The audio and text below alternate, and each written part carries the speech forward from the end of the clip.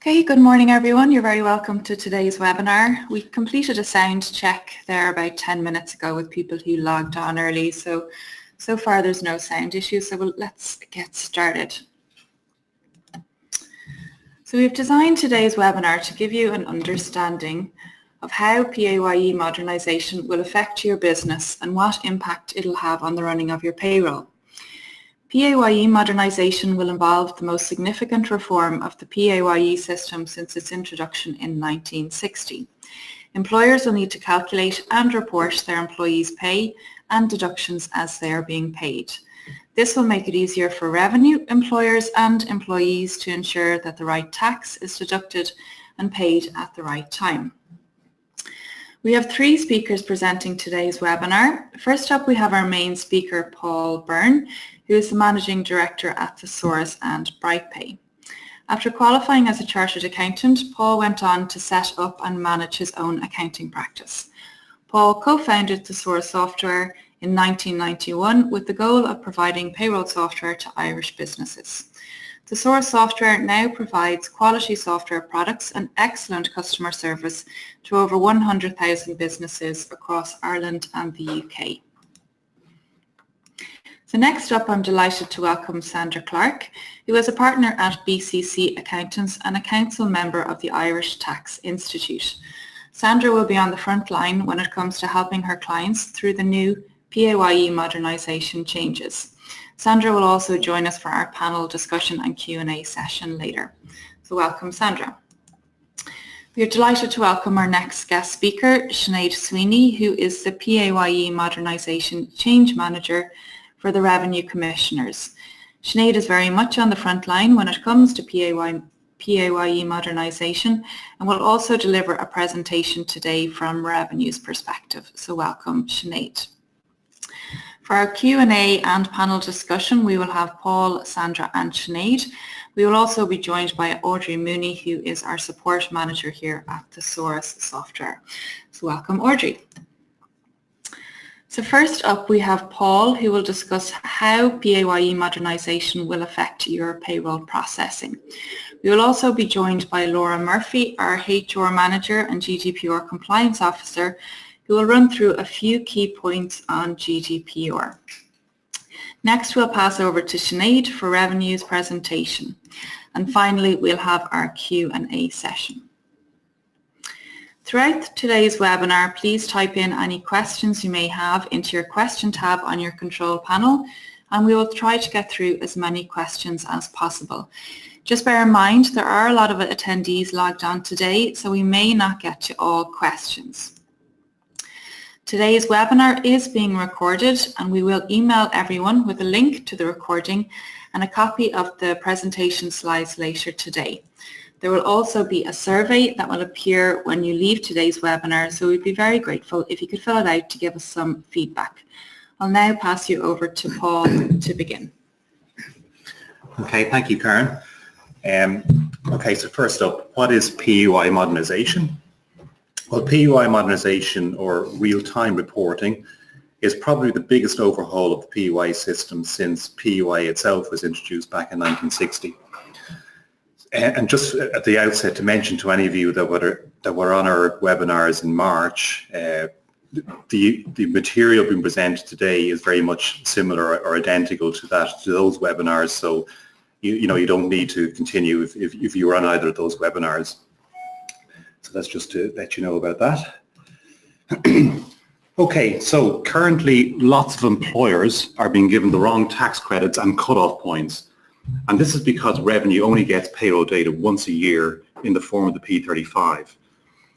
Receiving the data in real time will ensure that Revenue can allocate the correct credits, thereby avoiding over and underpayments of tax. Revenue will know where the taxpayer is working and how much they are earning. Many employers are not operating PAYE correctly in that they don't register new employees or they use out-of-date tax credits, and this is also addressed by PAYE modernisation.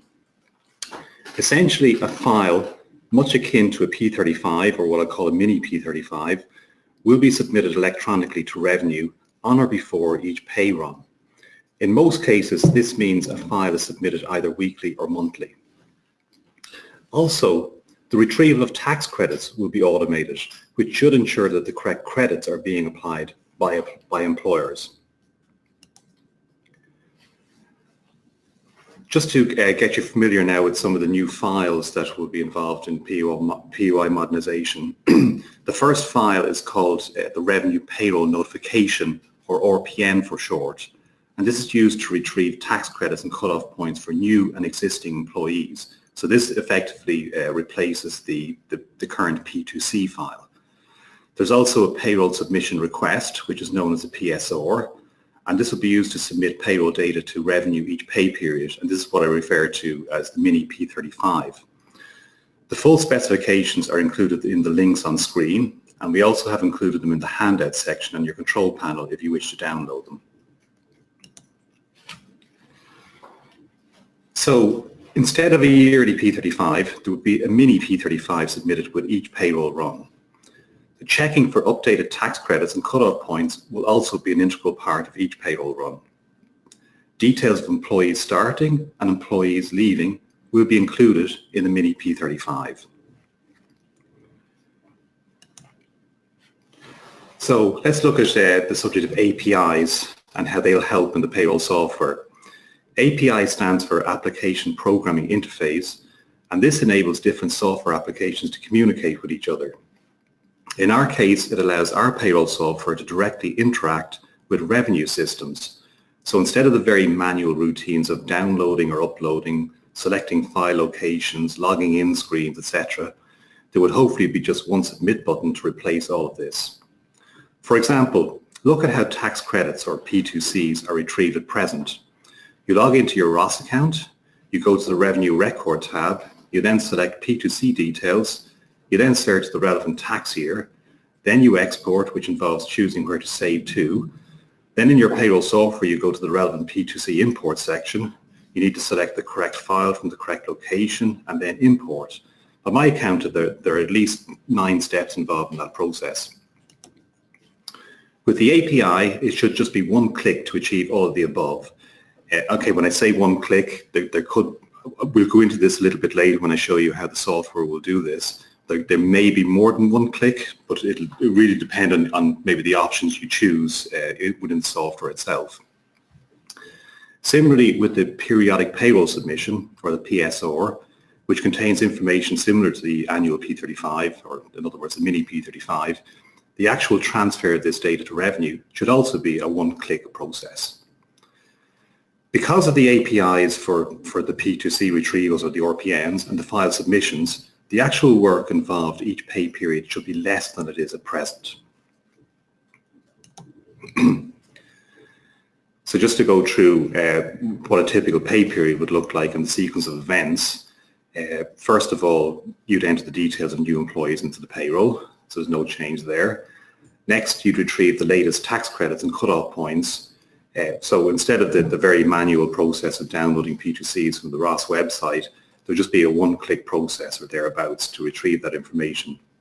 Next, you'd enter the pay, hours and deductions for all employees.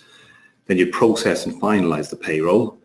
Next, you submit the files, the PSR, the payroll submission request to the revenue, and that should be more or less a one-click process as well. And finally, most importantly, you distribute the pay slips and pay the employees. We're hoping that the responses to the API requests will be answered in seconds by revenue systems. And this is something we feel is important to the user experience. In the UK, where they have a similar system, the response is usually answered within 10 seconds. It should be noted as well that the APIs will use the employer's or the agent's digital certificate, and this cert will need to have been installed on the computer. So if at present the user can log into ROS on the particular machine they're using, then it has the cert installed.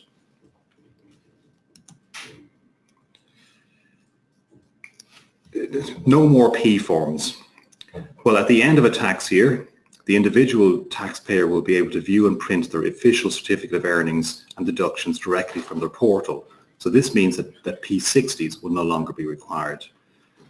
The files being submitted each pay run will have details of employees commencing and employees leaving. So this will mean that P45s and P46s are no longer required to be completed by the employer. And as revenue will be receiving file submissions each pay period, the annual P35 will no longer be required. In addition, the periodic file will eliminate the need for P30s. So all the P forms will be gone. Okay, I'm just going to give you a quick run through of what this will look like using our payroll software in 2019. So just bear with me a second while I get it set up here. Okay, hopefully you can see that on screen now. So when you open your company, as you are at present, you'll see the process icons there, which are the 9 icons across the top of the screen. The first of those icons is as it is at present, where you would add new employees or change, address details or things like that for employees. So let's assume in this particular pay run, we don't have any additional employees to enter. The next item, which at present is the download of P2Cs, the next item here is to do, and it's the RPN download. So I'll just click on that because that'll always say to do until, in any particular pay run, when you open a company, it will automatically say to do because that's something you should do straight away once you've entered any new employees. So, but it's very quick. So I'll just give you a run through here. So we click on that icon and it's now contacting revenue. It's retrieving the RPN details and there it is being displayed on screen. So we can just click on update. And in this case, it has updated the RPNs for 2 employees because it found in this particular case that their RPN numbers were incremented on the revenue systems to what they were within the payroll software. So it only needs to update those particular employees. And then we can close out of that. Now, I know you're going to say there was 2 or 3 clicks involved there, but that was just to give you a demonstration of what is actually happening in the background. And when we make the software live, we'll probably give you the option just to make that just 1 click, so you don't actually need to see what's going on. But it would be up to yourselves what you want to see. So now that that's done and the to-do flag has disappeared from that particular icon, we can go on then and enter details of, say, changes to particular employees' pay or whatever. So let's say in this case we make a change, update the file, and we go through that process with the other employees depending on what pay needs to be made to them. Then the next thing we'll do is we'll preview the payroll to make sure everything's as we think it'll be. And once we're happy with that, close out of that. Then we'll go and update the payroll. So in this case, we're on week number 3. We're going on to week number 4. It's auto-populated the date for us. Click on update. And the update has been completed. Now what we can see here is we have PSR icon and it says 1 outstanding there. So if we click on that, prepare the PSR. We can then view the PSR if we want. Again, we don't have to do this, but I've left this in the software just to give you an idea of what's going on in the background. So I just view the PSR. In this case, it's actually preparing what's called an XML file. You're probably familiar with this type of file from the way P35s are presented at the moment. So you can see in that particular PSR, it basically breaks down all the pay slips for the employees for that particular pay period, and that's the information that will be transmitted to revenue. Okay, so I'll just X out of there. It also prepares what's called a JSON version of that file as well. So then we go to submit the PSR to revenue, and we'll be contacting revenue, sending the PSR, and processing the response. And it has successfully been accepted, that particular response. So after that, it's just a case of printing the pay slips or emailing the pay slips and then paying the employees. So really that's all involved. There will be a little bit more detail in terms of corrections. Probably the most difficult part of the programming or the development is dealing with corrections, making the corrections both bulletproof and simple to use. But anyway, that concludes the demo of the software. So I'll just X out of that, or sorry, go back into the PowerPoint. Okay. Sorry. Okay, just on submission deadlines and corrections. In the UK, where they have a similar system to this for the last few years, the periodic data submission, or what's called, in the UK it's called the FPS, that must be submitted on or before the actual payday. In Ireland, the recent Finance Act specifies that it will be the same here. So on or before, it's a very important thing, a very important concept. In my view, it'll probably be easier to just submit after finalising each pay period, in much the same way as in the UK, in much the same way as we do it in the UK. At least you'll know that the payroll is done and dusted when you close out of it. I actually run a couple of UK payrolls here, and I've gotten into the habit of sending the FPS straight after I finalise the payroll each pay period. It's much easier because then you know you don't have to go back into the payroll after you've paid employees. Again, on deadlines and corrections, if a submission is incorrect, a correction submission can be made by the software. Now, if the correction means that more tax is payable for a previous tax month, revenue may apply interest. Also, a correction after the month's close-off or sign-off date, say after the 23rd of the following month, this will be seen as a change to a statutory declaration.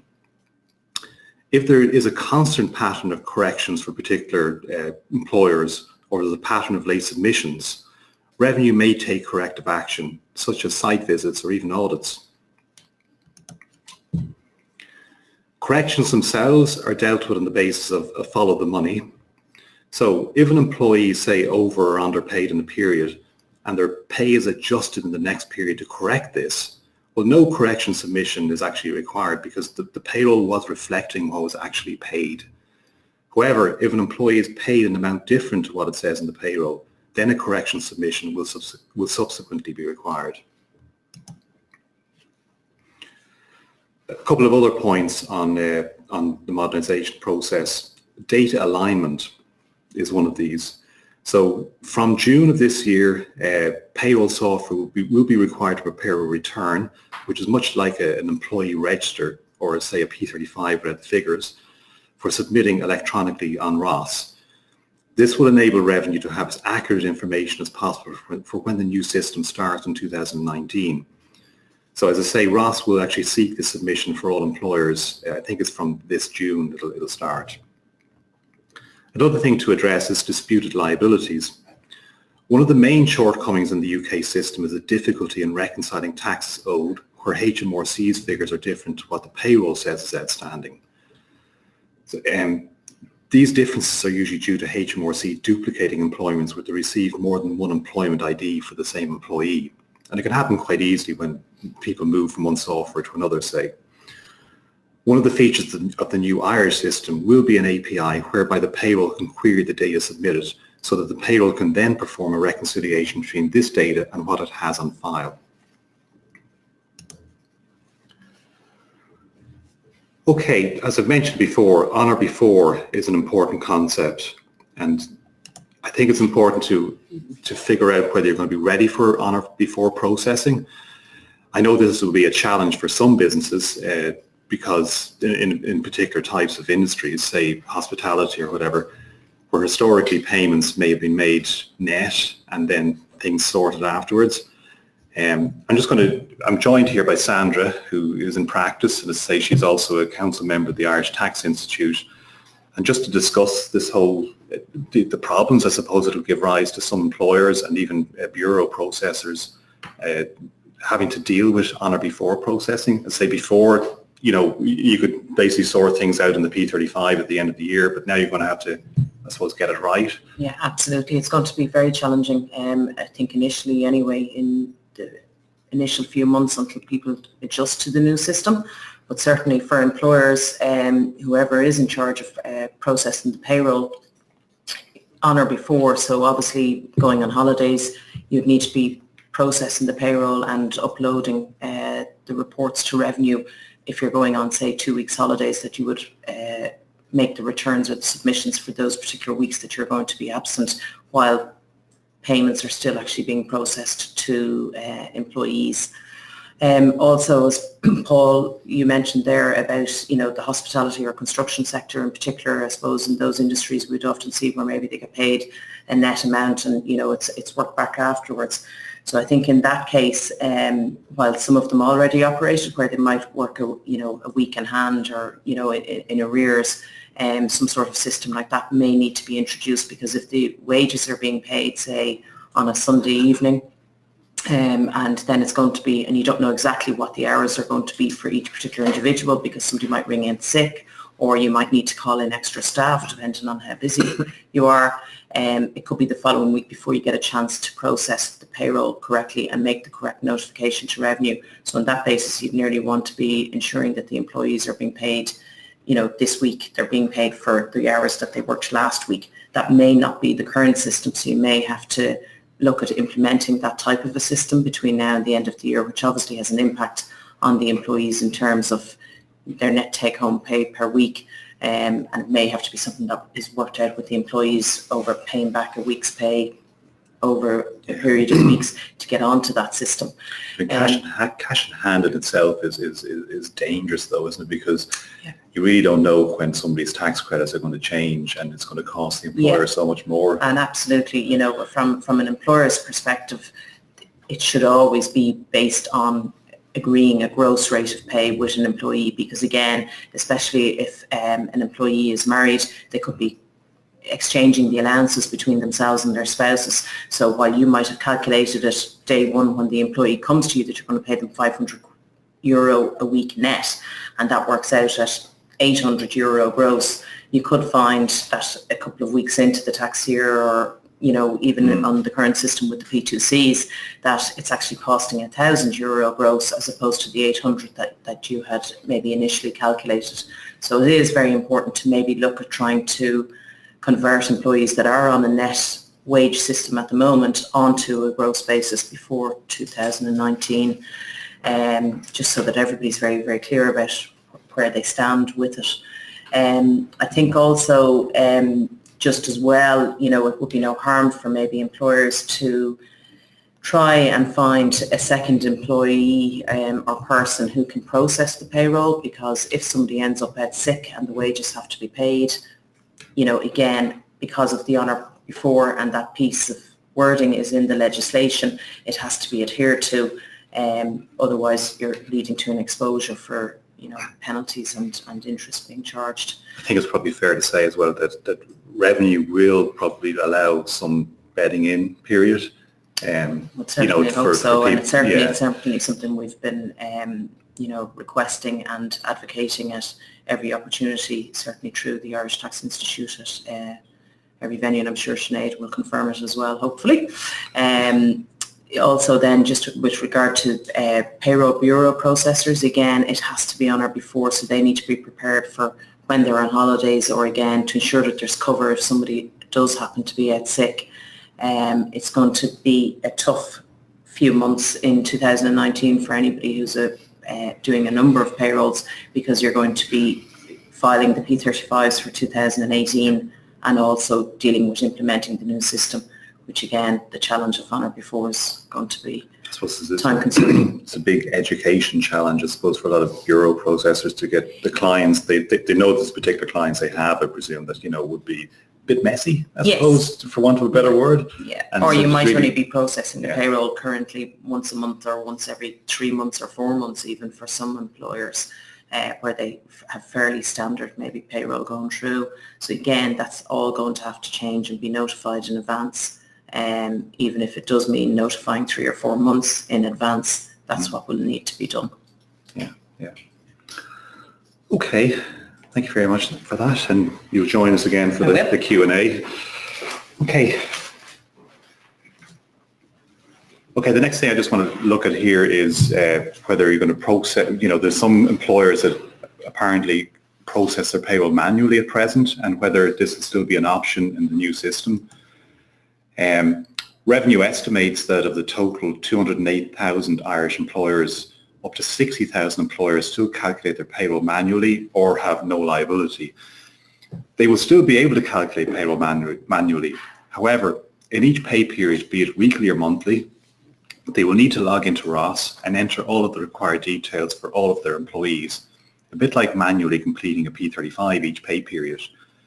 This facility in ROS as well will only be available for employers with 5 or less employees. Also, before processing the payroll in any week, they will need to religiously log into ROS to get details of tax credits and cut-off points. And this again will be a very manual process and prone to error. So for these employers, for their sanity alone, never mind the huge time savings, it should become apparent that they should either be using the service of a payroll bureau or that they should be using payroll software. Okay, just to maybe summarize, why you need to get things right. Employees logging into their My Account will expect to see their most recent payments and for these details to be correct. So that's the first reason. Next, late periodic submissions will potentially give rise to interest and or penalties. Plus the employer will probably come within onto revenue's radar if they're making corrections on a continuous basis, whatever. And also, as I say, a constant pattern of correction submissions will potentially give rise to interest and or penalties. Finally, because the reference number of the latest RPN or the new version of the P2C is included in the mini P35 each pay period, revenue will automatically know when RPN checking and processing is not happening.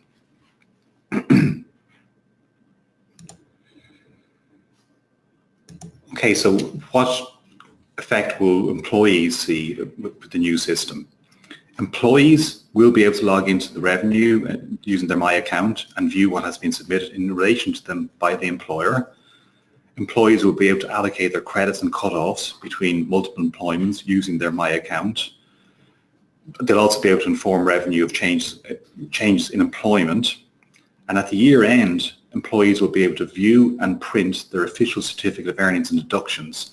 So this will basically replace the P60 in that this new certificate is what financial institutions and so forth would use in processing applications for loans or whatever. So that'll be another big change for employees under the new system. Next, this section, I suppose, really only applies to bureau payroll processors. And the first thing is that to know is that revenue will shortly be actually sending out letters to all employers. I believe that the postal campaign starts next week, as far as I know. So your clients will receive these letters and they'll probably be in touch with you about them. So, it might be an idea to, get something out to them in advance if you have time. One of the things we've actually included in the handouts is a suggested draft letter that you could maybe send, obviously, edit or amend to suit your own particular circumstances. But it might be a good idea to get that out to your clients just to reinforce maybe revenue's message as well. Later this year, we will be doing a proposed letter of engagement or addendum to a letter of engagement to specifically cover PAYE Modernisation, because it is a big challenge, I think, for a lot of bureau processors, particularly given the new responsibilities of the on or before obligation and the fact that interest and penalties may be attracted if there's late submissions or constant corrections or whatever. So I think it's something that's important to cover in the letter of engagement so that, there's a very clear understanding between you and your client as to who is responsible for what. So as I say, we will be doing a proposed wording on that later on in the year. There was no point in doing it at this point in time because it's a bit early, as opposed to be hitting the client with this sort of communication.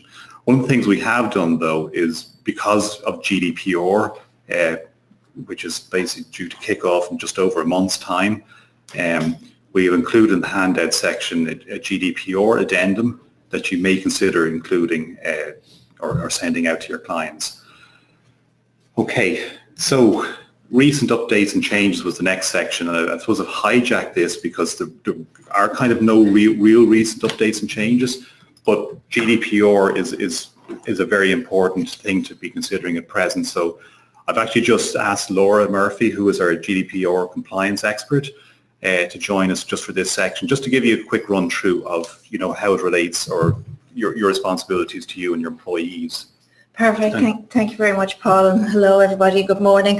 Yeah, I suppose I am hijacking the webinar slightly, but I suppose GDPR is such a hot topic and it's coming fast and furious with the deadline date, if you like, of the 25th of May now.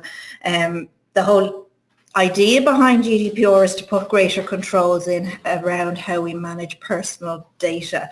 I suppose data protection legislation that's in place at the moment dates back to 1989, which I don't need to say that predates how we use the internet and social media. So it's definitely a review was required, it was needed, but that's not to say it's a headache for employers as well. And because GDPR has consequences right across your business, from your customers, your clients to your employees.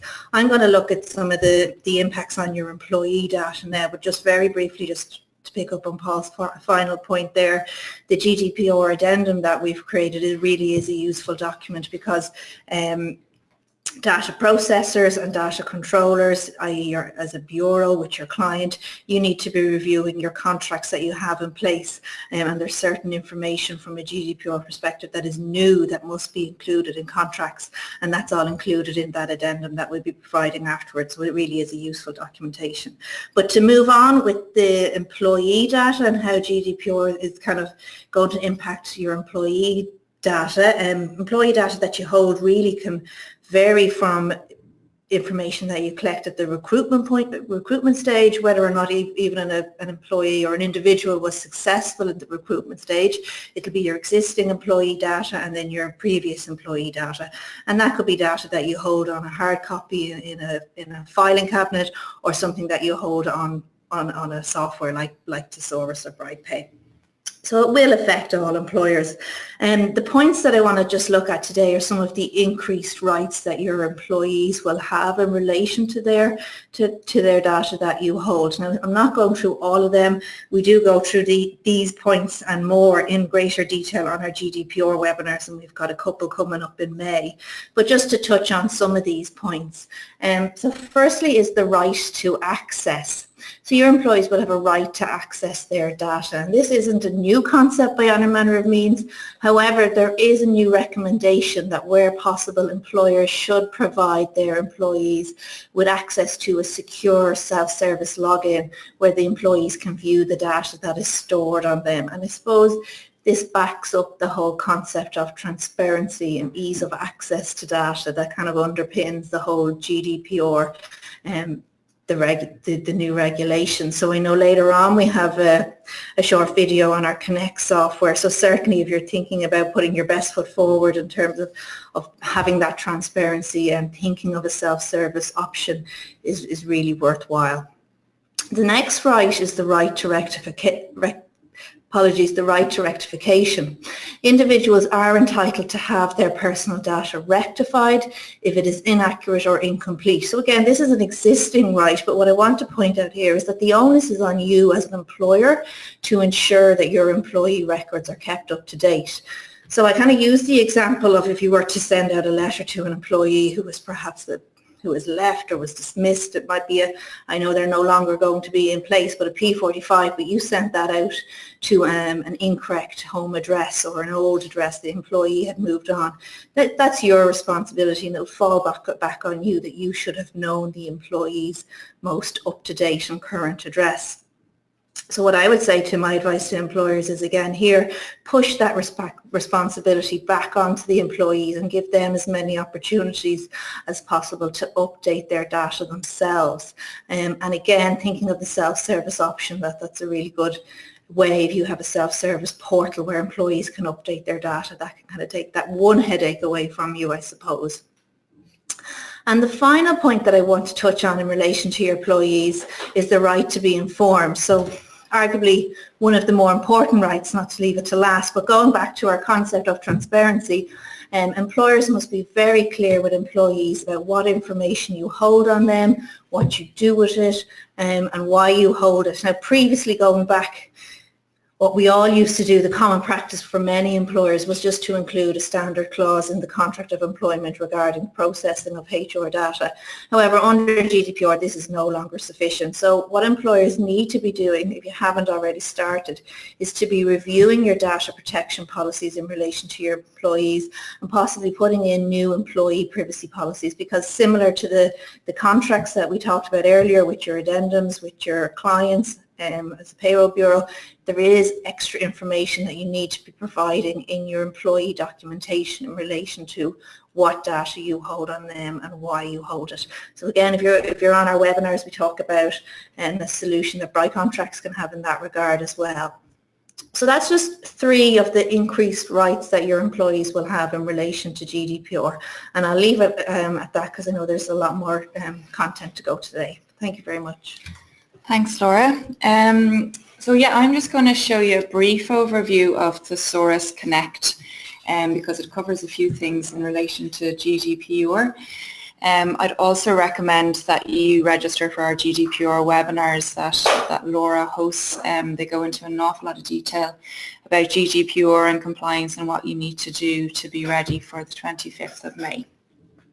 So we're also just going to get set up for Sinead's presentation while I'm having a quick look at Thesaurus Connect, and there is also a version of BrightPay Connect. So Thesaurus Connect works alongside the payroll software. Your payroll information is stored in the cloud and can be accessed online, but the payroll itself must be processed on the existing Thesaurus desktop application. The online functionality allows online access anywhere, anytime for accountants, employers and their employees. So secure online backup. Thesaurus Connect securely synchronizes and backs up data to the cloud, protecting against ransomware and cyber attacks. A chronological history of backups will be maintained, which can be restored at any time. Employers can log on to their own dashboard where they can see up-to-date payroll information. They'll be able to see notifications, employer details, amounts due to revenue and any upcoming events. For payroll bureaus and accountants, you can invite your clients to the employer dashboard where they can log on anytime to view their payroll information and reports. And employers can also invite their client or their accountant to access the payroll information. So the online employer portal allows access to all employees' payslips, all of your payroll reports, a full overview of employee leave, amounts due to revenue, and employers can also upload employee documents such as your employee contracts or company newsletters. So Laura touched on this earlier on, mentioning your employee self-service portal. So this is where you'd give your employees access to their payroll information. And this is also password protected, which covers your GDPR compliance. I'm just going to have a look at a payslip here. So employees can view and download current and historic payslips, P60s and P45s. Payslips are automatically added to the employee self-service portal each pay period, which eliminates the need to print or email payslips. An email is automatically sent to employees notifying them that their payslip is available, and if they are using the smartphone app, they will get a notification on their smartphone. They can also view HR documents that have been uploaded for them, such as the contract of employment and the company handbook. Employees can view all past and upcoming leave in the Thesaurus Connect employee calendar, including sick leave, holiday leave, and absence leave. Here, the employee can also request leave through the employee self-service portal. Employees can view and update their personal information, such as their postal address, which Laura mentioned earlier. So that's a very, very quick overview of Thesaurus Connect, and BrightPay Connect is the same. We do run online demos of both systems every week, so if you did want to have a look at it, just book into our demo online. So it looks like Sinead is ready to go here, so I'm now going to pass you over to Sinead. So thanks, Sinead.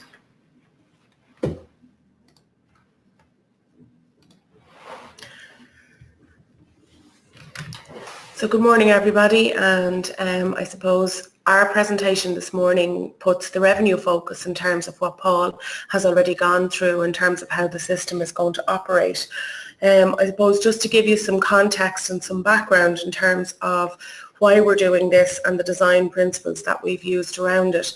I suppose the system that we currently have has been with us since the 1960s, and really very little has changed in terms of how we administer and collect that tax.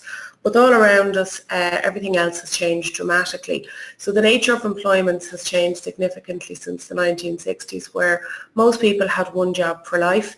But now we would have a myriad of employment types where people work several employments with maybe several employers at the one time, or they might actually be working in multiple contract roles but for the same employer.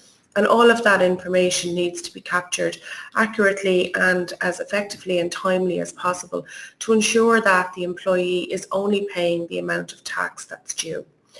Payroll has changed significantly since the 1960s, and for most employers they would now be using some form of software, although we do have a proportion of our employers still out there using manual calculations and also using Excel and spreadsheets.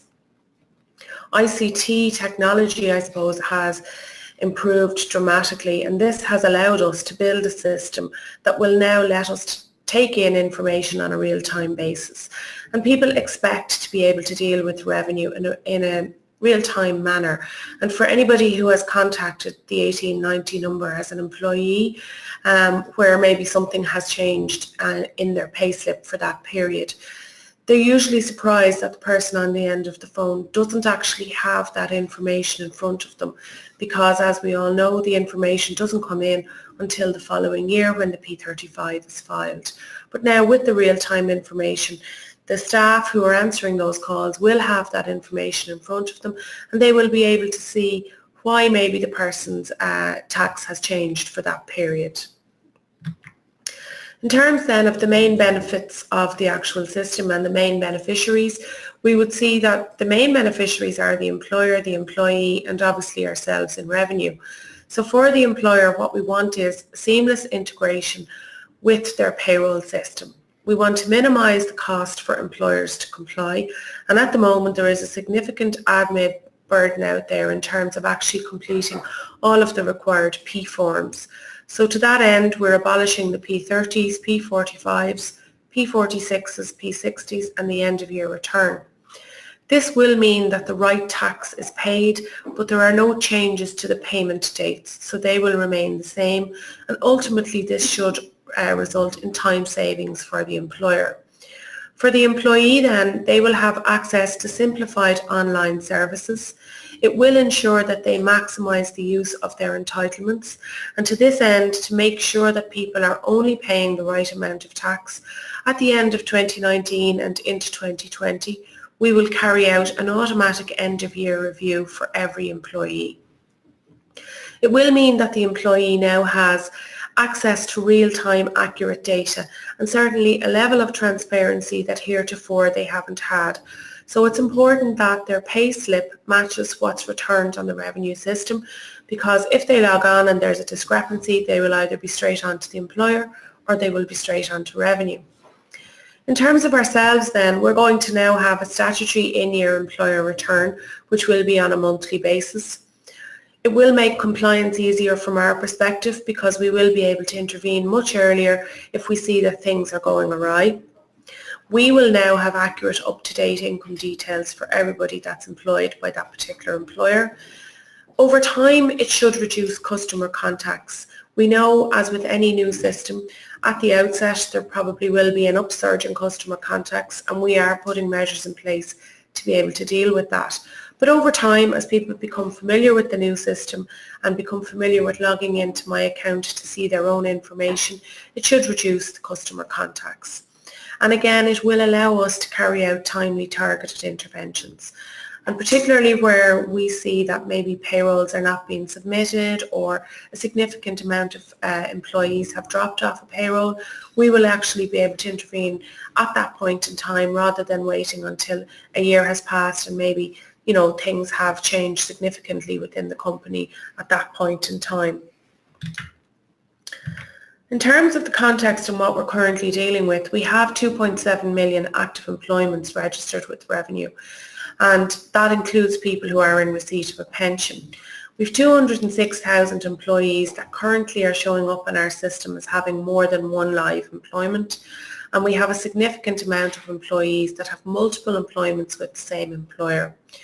We've 208,000 registered employees for 2016, and I think that's slightly more now for 2017. We're just assimilating all of the information from the 2017 P35s. 110,000 of those employers have less than 5 employees, and that is certainly something that we're cognizant of in terms of how we've designed this system. 98% of the employers are currently filing through ROS, and just to give you an idea of the amount of forms that are generated and required to be completed by employers, there's 5.4 million forms were completed for the 2016 time frame. So you can see that that is a significant body of work that's now going to be removed.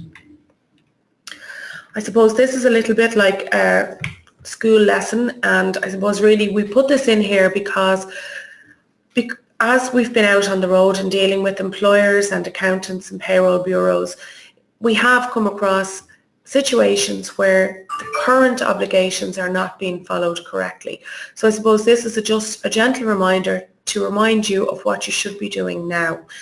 So every time you pay an employee, you must apply the latest P2C, calculate the tax to be deducted, and provide that employee with a pay slip that shows the pay and deductions that have been made.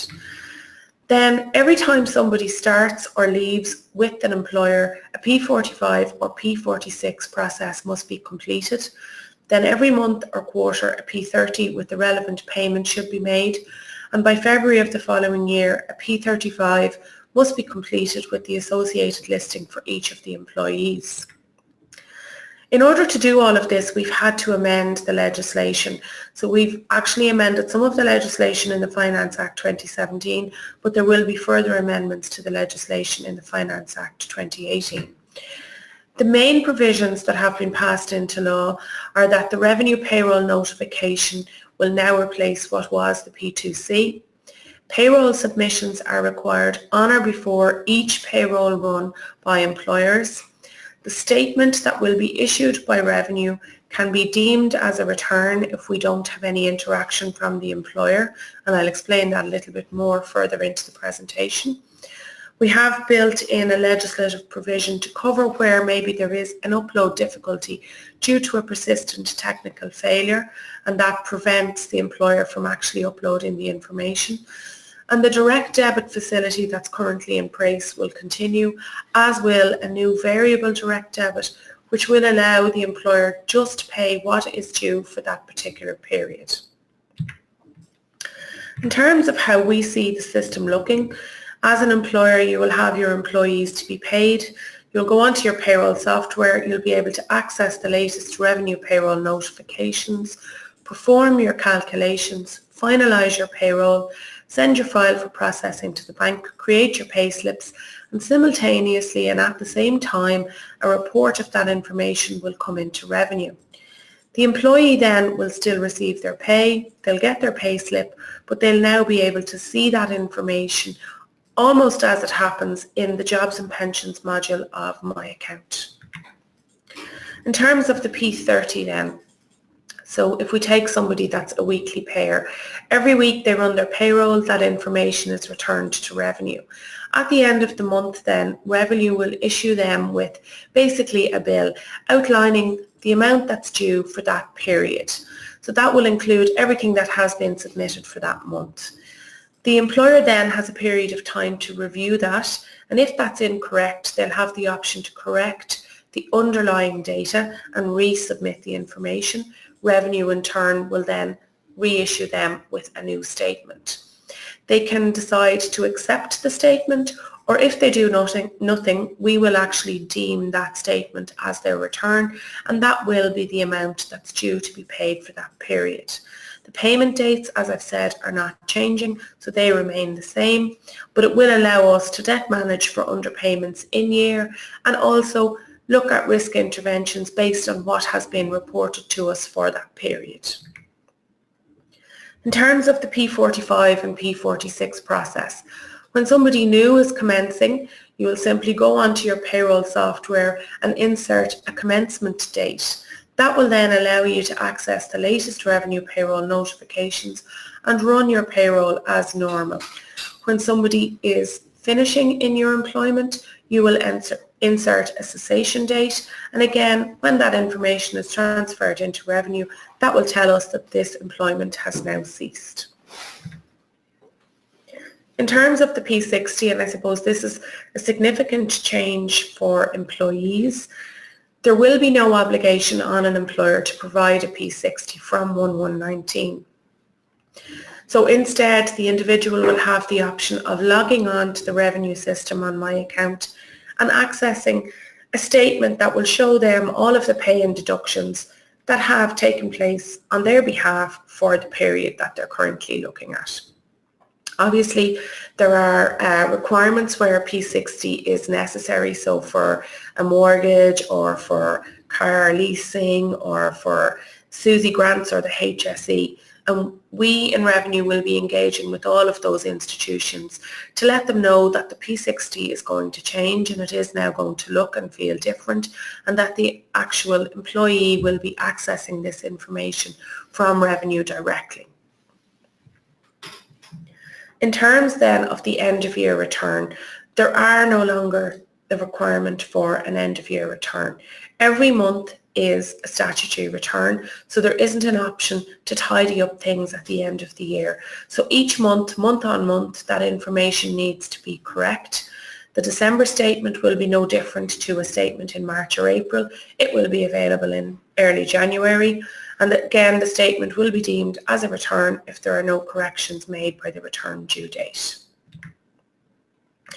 Just very quickly to give you an idea of where we currently are and what we want to get to, the yellow boxes represent what the employer currently has to do when they're running a payroll. So they have to log into payroll, set up a new employee, export a P45 if required, log into payroll, then upload the P2C and run the payroll.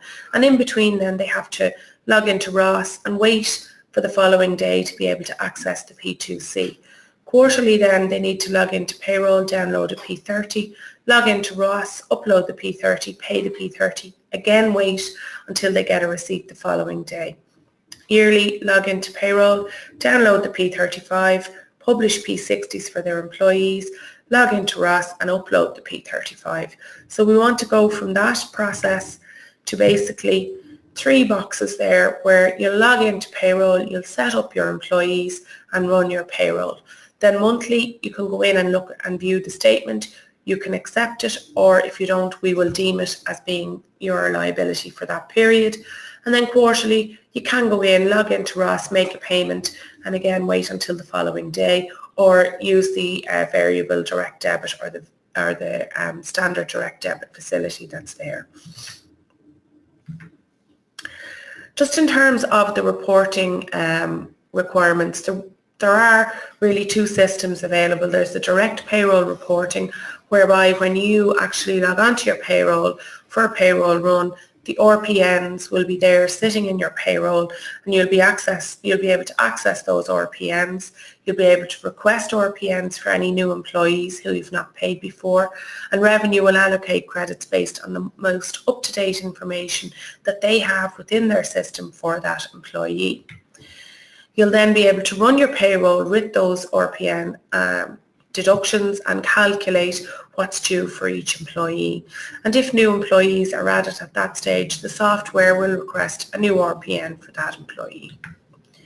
In order to complete and finalise the payroll software will send Revenue the details of each employee, and a start and an end date will be part of that payroll submission if you have new starters or people who have left. Revenue will then send an acknowledgement that the submission has been received. They will also send a response if there are errors with that payroll submission. Then you have Ross payroll reporting, where you're not operating with an integrated payroll system, or maybe where you have to go in and do a manual upload, or you need to go in and check an RPN maybe outside of the payroll system. So what that will look like is when you log on to the payroll system, under employer services there will be 4 options. So you'll have revenue payroll notifications, where you have the option to request them. You have the option to submit a payroll, view an already submitted payroll, or accept statements. So if you're requesting a payroll notification, there'll be 2 options. You can request it by file upload or by an online request form. And again, these are just draft slides and screenshots of how we hope the system is going to look. You will need a digital cert, which most people will be used to using logging on to Ross. So again, you'll do that and you'll see there's a request RPN facility there. Once that has been requested, the file will be returned and you'll be able to see the number of RPNs that have been returned. If there has been an error with any of the RPNs, there will be a link there that will allow you to see what the error message means, and then you can go back and correct that and re-request the RPN. If you then want to submit a payroll, you'll submit the payroll by file upload or submit payroll. But again, if you're using an integrated software, you won't ever have to do this. You won't ever have to come out and go into Ross.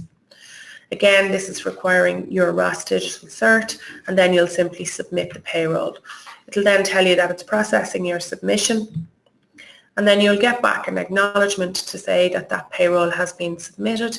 Once you download that acknowledgement, you'll then be able to see that there has been 1 submission received and the status is pending because it hasn't processed fully in this particular slideshot. Then where the payroll submission has been received, you'll get an acknowledgement. You can download that. You'll see there that the status says it has been completed.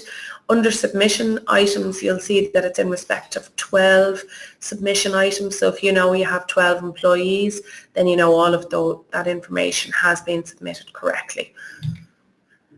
In this one, you'll see it says that the status says completed but with warnings. So again, there's an issue there. You'll need to go in and see what the warning actually represents and go in and correct that.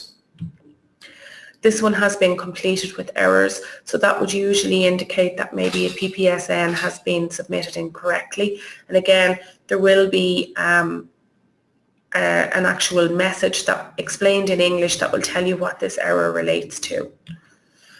Back then at the payroll homepage, so you can see there then, this is the online statement of account. And again, this shows one where there has been a submission for February where the employer didn't accept or correct the statement, so revenue deemed it. So you'll see there under status it shows deemed, and that the March one is waiting to be viewed or accepted by the employer. In terms then of the actual summary details of that statement, it shows the total amount that has been submitted for that period. It shows that it's due, so again, you then have the option to go in and agree with the summary above, or if the employer does nothing, we will deem it as being the amount that's due for that period. In terms then of the employer monthly statement, you can see there each submission that has been made. You can see where there have been submissions with errors and then where those maybe have been corrected. So it gives full details of everything that has been submitted for that particular month.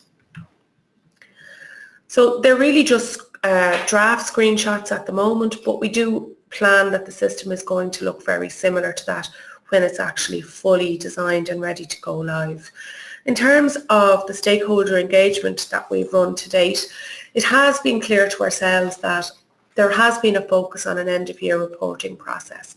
And it's very important that as employers or as accountants that you currently look at the practices that are in place for your clients or that you have yourselves as employers, because there is no longer an end-of-year process. There is no longer the opportunity to correct things at the end of the year. Every month is a statutory return and it needs to be as correct and as timely as possible each month. It's also important to bear in mind that the real-time reporting regime has made all of these processes very visible both to ourselves in revenue but also to employees. So employees must be able to reconcile their pay slips with the data that has been submitted to revenue on their behalf. And really every submission should be as accurate and as timely as possible, because all of the information will be feeding into revenue's risk analysis systems. As Paul mentioned, we will be asking all employers to submit a list of their employees commencing in June this year, and this is really to allow us to ensure that we have the correct employees registered as working for each employer, to ensure that the RPNs for 2019 will issue correctly, and we will be doing a matching exercise when that data comes in to ensure that all of the data is correctly aligned before the 1st of the 1st, 2019. In terms of our external change management plan, we have been attending a significant amount of outreach events focusing both on employers and agents. It's important to bear in mind that revenue strategy for the year focuses on national compliance imperatives, and there certainly is a strong focus on PREM, and certainly there have been PREM interventions planned. So if you are an employer or an accountant, you do need to be aware that there may be an increased focus on PREM during 2018. Every intervention where revenue is out meeting an employer will be viewed as an opportunity to make them aware of PAYE modernisation. And as Paul mentioned, we are hoping to issue letters to every employer in the country commencing next week, outlining the changes that are coming down the track and making some suggestions for what employers need to do to get things right in advance of the go-live date. We are currently reviewing the 2017 P35L data, and for employees that were not registered until that data came into us, P2Cs will be issued for all of those over the coming weeks, and the majority of them have already been issued. So you do need to check and make sure that you're operating the most up-to-date P2C for all of your employees currently. We're also going to carry out customer service visits on a district and regional basis, and they'll be commencing from May onwards. And really these are just where our teams of staff on a regional basis will be calling out to visit employers, not to look at their books and records, but just to help them and assist them to get ready for the changes that PAYE modernisation will bring about. We will also be having a focused media and advertising campaign, which we hope to start in June, which will run right through until December. And then in September and October, we're going to run revenue regional seminars where we will have presentations and live demos of how the system is going to look and feel. Just to give you a flavour of some of the events that we have attended and will be attending, you can see this is a significant amount. They're countrywide, and certainly please feel free to attend if they're appropriate to you or if they're related to your own activities. In terms of preparing for modernisation, really I suppose there are some key steps to getting things right in advance of the system going live. Making sure that you are operating the correct PPSN number for all of your employees. Making sure that you've registered your employees with revenue and not at P35 stage. Making sure that you're operating the most up-to-date tax credit cert for all of your employees. Making sure that you complete the P45 process for anybody that has ceased working for you, and making sure that you have adequate controls in place in terms of BIK, particularly car BIK, because you now have to complete a statutory monthly return. So we would suggest that this is reviewed on a quarterly basis rather than an end of year, which most employers currently do. And making sure that you're aware of your duties as an employer at the end of the year. There's a significant amount of information up there on the Revenue website. It's there under Employing People. There's a dedicated PAYE Modernisation tab. So I'd encourage all of you to go on there and look at the information. We hold a monthly external stakeholder meeting where the majority of the large representative bodies are represented. We also have some large employers attending those meetings. And again, the minutes and action points for those meetings are up on revenue.ie as well.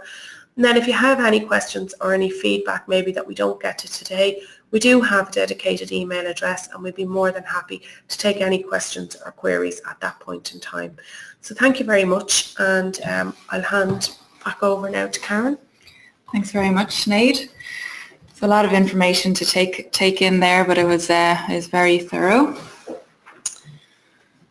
Okay. So yeah, this year we'll be running a series of free webinars on GDPR, employment law, and more news about PAYE modernisation. I suppose just to let you know, with the new GDPR legislation, you must subscribe to our newsletter to hear about any of these upcoming free events, and you can unsubscribe at any time. Our newsletter also includes special offers and discounts throughout the year. So just while we're getting set up for our panel discussion here in our Q&A session, I'm just going to do a quick sales pitch. So in today's webinar, we used Thesaurus Payroll Manager to give you an insight into how PAYE modernisation works. As Paul mentioned earlier, both Thesaurus Payroll Manager and our other payroll software product, BrightPay, will also be able to seamlessly handle PAYE modernisation. There will be no additional charge for implementing PAYE modernisation. Thesaurus and BrightPay has many useful features to help with the administration of your payroll processing. So you can really hit the ground running in 2019 knowing that you are using the right software well in time for the introduction of PAYE modernisation. So just to let you know, these are our upcoming dates for our GDPR webinar. You can register for them online. So I'll leave this slide open so you can take a note of it while we have our panel discussion. And there's lots of chair moving going around here. So just give us one more second and we'll just all take our places. Thank you. Okay, we're on. Okay. Audrey, if you want to start going through the questions there. Okay, we subscribe to BrightPay payroll software and we pay our staff weekly in arrears. Up to now, for example, we process week 20 at the end of week 20, but paid it in week 21. At year end, we process week 52 within the 2017 year, but did not make the bank payment until week 1 of 2018. I understand now that the pay weeks need to reflect the payments actually made, not earned. So my new week 1 of 2018 should be what was paid that week. My question therefore is what to do with week 52 of 2017 or week 1 of 2018. Really, I suppose this should have been the practice all along, pay date, you know. This comes up quite a lot though, doesn't it? Yeah, people on the wrong week number. And I know we did ask before, would revenue do anything if you spotted an employer was on the wrong week number? And I don't think we will. Yeah. I don't think we will. I know it's something that we have on, you know, consideration arising from a lot of these webinars. So, you know, if I get something definitive, I'll certainly send it back out to yourselves. But at the moment, we wouldn't intervene when we would see that. We would normally kind of say to people, wait until you get a 53-week year and correct it then. But I don't know, given that we're moving into PAYE modernisation, should it be a 0 week or something, even just to get them off the right week number? Yeah. I'll certainly get it looked at and I'll come back to you. Okay, brilliant. How will the system cope with a woman going on maternity leave on the 15th of July and will be in receipt of taxable statutory maternity leave for the next 6 months? So she will not have any wages paid until the next tax year. That's no problem. I mean, you should just be going through a 0 pay and that's what will be reflected on the submission. If you have a client who does their own payroll at home using a software package but they don't have a ROS cert, this is with the agent, will they have to get a ROS cert on their computer at home? Well, if they want to do the fully integrated, you know, the seamless transfer of information to and from the software to revenue system, yes. But I mean, if somebody else is actually uploading the information for them and that somebody else has an agent certificate, well, that's fine. They can still do that. But I think the advice would be to get fully integrated. They're probably doing that maybe at the minute for the likes of the P35, you know, which is fine once a year, but if you've got a weekly payroll, that's going to be a lot of work. How will the system cope with registering a new employee, especially where someone hasn't worked in Ireland before? Well, for a new employee where they have worked in Ireland, it will be just simply a matter of inserting the commencement date on the payroll, and that will trigger within revenue a new RPN and the fact that this is a new employment. Where it's somebody that has never worked in Ireland before, they have to go onto my account and to revenue and register themselves first. if they haven't done that when they commence in the employment, obviously emergency tax will have to be applied until that happens. But then once they have registered, the system will be able to acknowledge that and will be able to rectify it. That emergency would be zero. Zero. It would be zero. Not like emergency. Yes. Yeah, and obviously you'd have no PPS number to input to the RPN number, so we'll accept the RPN file even without the PPS number for those initial weeks. It will accept it for a period of up to 3 months, but no more than that. If a submission comes in after that, then there will be a revenue intervention to see why there isn't a PPS coming in for that particular individual. Okay. Somebody's just asking, we're a small business, I'm the only admin in the company. When I go on holidays, the payroll is not run for the weeks I am away. I run the payroll on my return. What problems is this going to cause? We'll need to run that the just can't payroll. continue. We'll need to run the payroll in advance and make the notifications, and then upon return from holidays, if for whatever reason the wages that were paid out were different to what was actually notified, you'd use the corrections facility that Paul went through. Okay, thank you. Currently I pay staff on the third Friday of the month for the number of Fridays in the month. 4 months, then having 5 weeks. Will I be able to continue in this manner?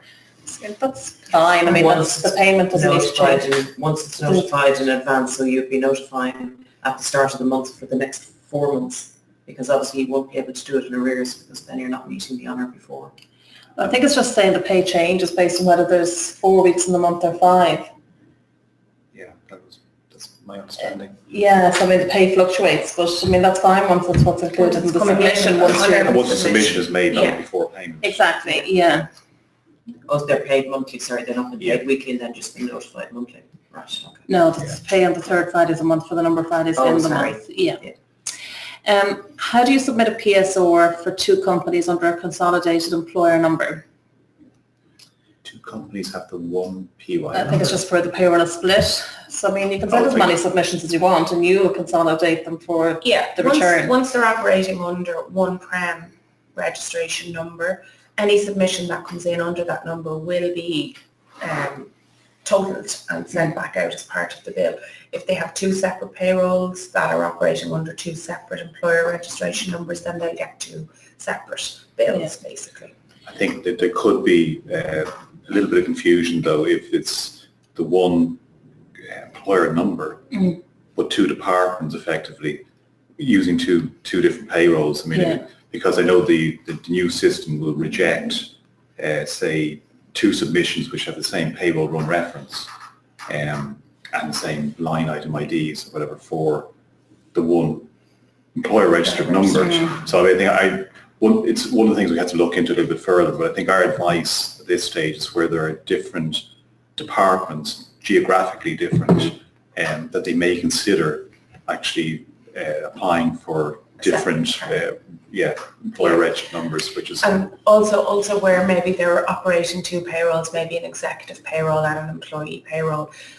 If they don't want those, whoever is managing the employee payroll to see the executive payroll, the advice would be to actually register for a new PREM registration for the executive payroll. Yeah, it's something I didn't actually know that could be done, but you can actually have the one employer with a number of different employer registered numbers, and that's fine. Yep.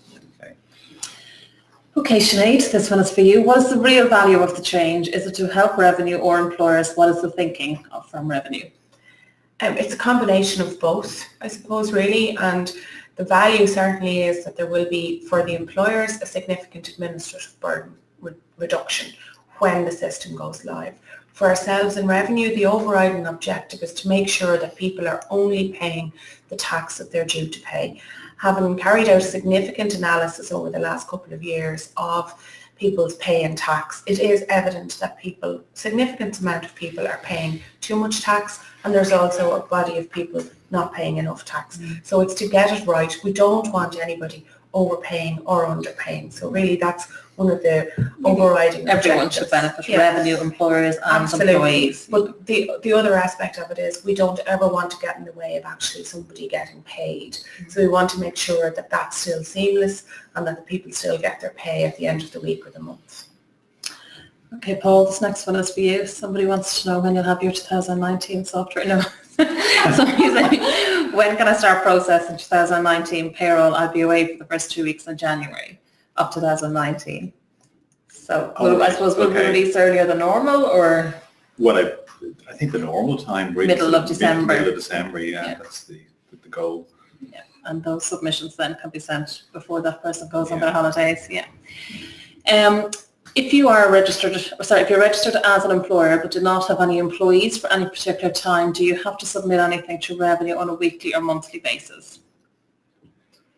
No, you only need to make a submission once there's Where an you actual pay payment being made. So yes, you've come across this a lot, I suppose, maybe with seasonal workers, which you might see in the agri-industry. I suppose it's different to the UK system where you do have to notify them if you won't be paying anybody, because otherwise they do estimations, so you're not going to do that. So an employee can split credits under My Account, but is currently restricted to what My Account proposes as a solution. In 2019, will My Account allow the employee to split as the employee or spouse see fit, rather than accept the revenue's best fit? This is important when the income is seasonal or the spouse is paid weekly. Yeah, it's something that we're currently looking at, and certainly there have been moves to allow that, but it's important to bear in mind that by doing that sometimes the person can actually end up in an underpayment situation because maybe they receive more pay in one employment or the spouse receives additional pay, and then, you know, there aren't enough credits to actually Probably a safety measure there on revenue. There is a safety measure, but it is something that we're looking at. Okay, thanks Sinead. If there will not be a P30 anymore, how will we find the liability for the employer? So basically every submission, every time they pay somebody, the submission will come in and those submissions will be totaled up on a monthly basis. So that's basically how the liability is going to be calculated. How can employees who can't use a computer, can't read, write or access, get their P60, etc., can the information still be printed? There's nothing to stop an employer from providing a format of P60 for their employees. If they contact revenue by telephone, we'll certainly arrange to have a printed version sent out to them. But I suppose really we're trying our best to get this into an electronic digital format. So we will be encouraging people to use the My Account. But where there isn't that option available to them, there will be a facility still through the 1890 to possibly request it by an automated request on the phone. Perfect, thank you. So there's another one there to say, can they print a new P60 if the user doesn't have access to a computer? But really it needs to be the official one from revenue. So if they need it for an official purpose, it'll have to be the one from the revenue system. So post it if they can't access. Yeah.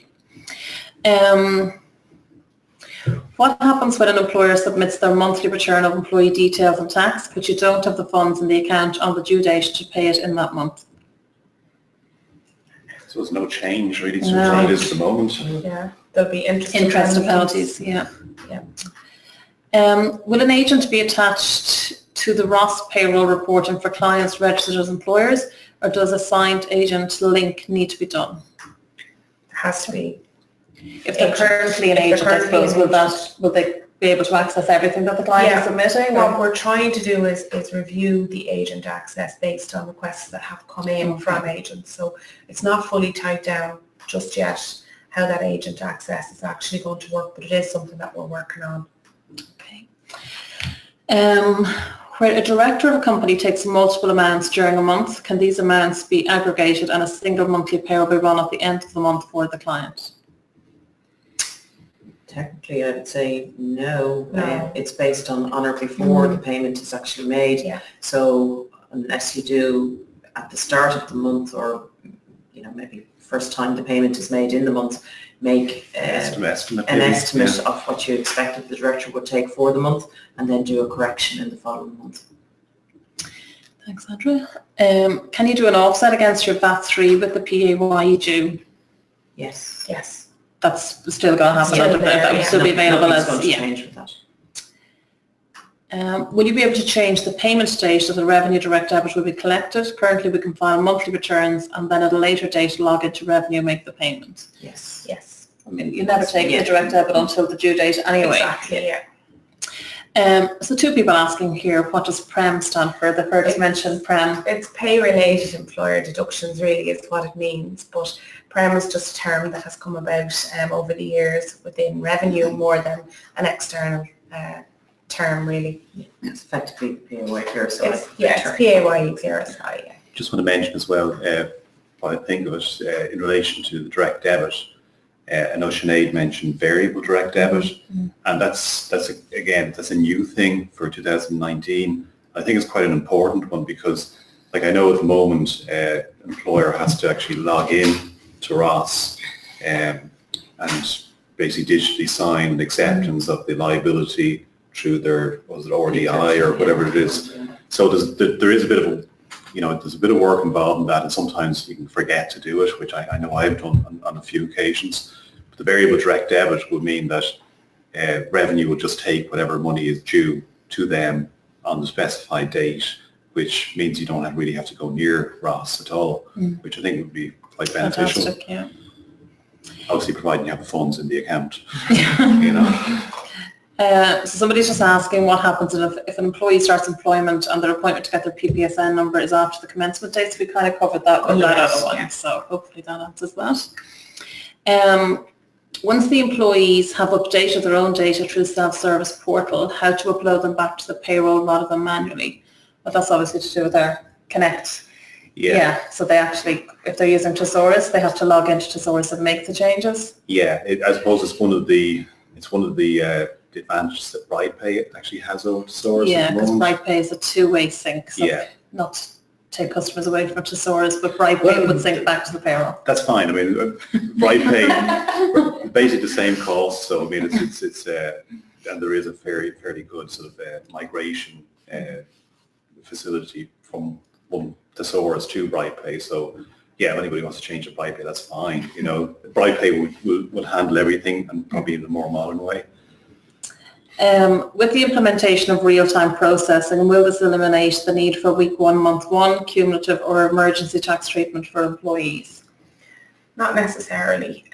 So again, it depends on the circumstances, but certainly emergency tax as we know it, there should be no need for that to be applied because where the person is ceasing one employment and commencing another employment and the employer follows the commencement and cessation rules as per the payroll information and submission, then the tax credits should be available. There are instances where week 1, etc. will still continue, particularly maybe where somebody has been out on long-term illness and they're receiving illness benefit and that's going to affect their actual payment. There may also be grounds on hardship where week 1 might not be necessary. So it's not that it's going to be gone, but certainly there should be less use of it. Yeah. So somebody's just saying the rota in their company goes from Thursday to Wednesday and payroll run on Thursday to make payment on Friday. Can I still run like that in 2019? Absolutely, once you send your submission on or before. That's another one just to do it not having the PPS. We've covered that. I run weekly. I pay weekly from Saturday to Friday. I pay on Friday when going on holidays the following week. I include this with their weekly wage on the Friday and put a week holiday same week. Will this change? So that's really where they're paying on the double. So I mean that's fine. It's a reporting that you're paying double and then there would be nothing. Yeah. Again, that'll all be handled within the software. Yeah. If employees are paid allowable subsistence expenses through the payroll, how will revenue treat this? Well, we won't see that as part of the submission, so that won't come in. So there are specific fields and requirements for the payroll submission, but it doesn't include expenses or maybe like the likes of a credit union deduction or staff loan or maybe a sports and social club or something like that. So it's literally just the figures that go into calculating the tax. Can the PSO be completed manually rather than uploading a file on a weekly or monthly basis, and can a submission be made on a daily basis? Submissions can be made at any time, and certainly yes, daily basis are allowable. There will be the option to upload it manually, but where they're using software, there shouldn't really be any need. Completed manually, so I don't even know if it's uploaded manually. So I mean, you can do it online, but that's where there's 5 or less employees. Yes, yeah. But a lot of work, I think, yeah. What happens when someone works and he pays his own tax himself? How will this affect the employer? That's like That's like a self-employed person, so that shouldn't impact on the payroll at all. Yeah, but this doesn't cover self-employed situations. Will take tax not paid. No, so again, just to say that there's no change to the payment of the monthly liability or quarterly liability. Okay, so our Ross administrator has access to the full system, i.e. monthly salaries and weekly payroll. The weekly payroll operator does not have access to Ross. Can we get restricted access for each payroll? Also with API, so no, I mean, if it's So the recommendation there would be to apply for a second registration number. Yeah. So these are things that probably should be done in advance of Absolutely. next year. Yeah. Don't leave them to the 1st of January. Yeah. When employers on a direct debit basis and wages are for directors and may not be currently processed until P35 time, will all the weekly real-time reporting apply? So I'm not really sure. Well, I suppose when the wages are paid is when that needs to be returned for the directors, but there are rules and requirements around directors and we're tightening up on all of those, and there will be information and guidelines in terms of how the directors' pay and salaries will operate. I mean, there isn't any significant changes, but it's just in terms of getting it right for the real-time reporting mechanism. Yeah. So we will have guidelines up there shortly on how that's going to happen. Okay, so there's a couple of questions there just about the payment and holidays and all of that. So really it's just, again, on or before, if you're going on holidays or there's a situation where somebody won't be there to do it, it has to be done, you can do it beforehand. So somebody's just saying our monthly salaries are prepared by a bureau, but our bi-weekly wages are prepared in-house. Do we just continue as normal? Will the revenue just add the liabilities together? Yes. Yeah, provided they're all under the one prem registration, you'll just get a combined bill. Or as we said, if you don't want that overlap, then there needs to be a separate employer registration requested. You spoke about the payroll reference, but because these are different pay frequencies, there shouldn't be an issue there. Yeah. Will the liability be simply debited following issue of statement? So that comes down to, again, whatever is set up and agreed. Yeah. Variable direct debit in place. So if you're processing a payroll at the end of December 2018, but the transfer to the bank was done in January 19, should this be included in 2018 or 19? 2019. It's when it's paid. Yeah, follow the money. Yeah.